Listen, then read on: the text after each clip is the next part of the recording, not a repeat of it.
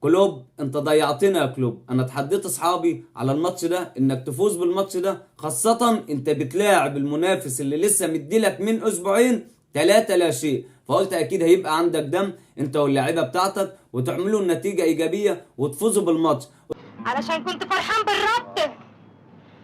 انا خسرت معركة يا زينب، لكن ما خسرتش الحرب. قلت اكيد عندك الدافع انك تفوز بالماتش ده، لان البطولة الوحيدة اللي انت لسه بتنافس عليها هي بطولة كأس الاتحاد الانجليزي، لان الشامبيونز ليج الابطال انت اول بطولة زي كده لو كنت كسبتها كانت اقل ما فيها هتقلل الضغط من عليك، اقل ما فيها هتقلل الضغط من على اللعيبة بتوعك، اقل ما فيها هتبني عليها للسنين الجاية، اقل ما فيها هتعلي من معنويات اللعيبة الشباب اللي عندك.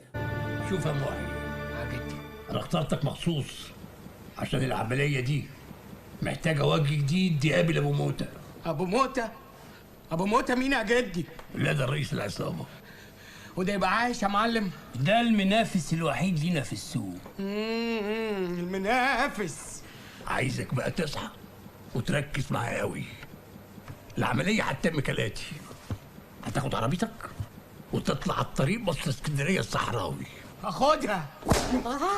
ليه بقى العكنانه في وسط الاجتماعات؟ انت عندك عربيه يالا؟ ما عنديش عربيه. امال ايه ناخدها دي يا معتنو. فبطولة زي كده كانت مهمة ليك جدا في الايام ديت.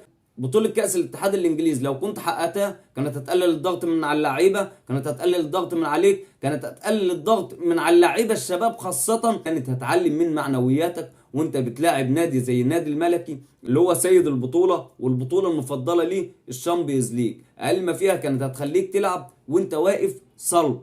في هذا المقطع بطولة كأس الاتحاد الانجليزي كانت هتقلل الضغط من عليك، اقل ما فيها كانت هتقلل الانتقادات الموجهة ليك خلال الايام اللي فاتت ديت. بس كده، وخيب ظننا واللي كان والسلام عليكم.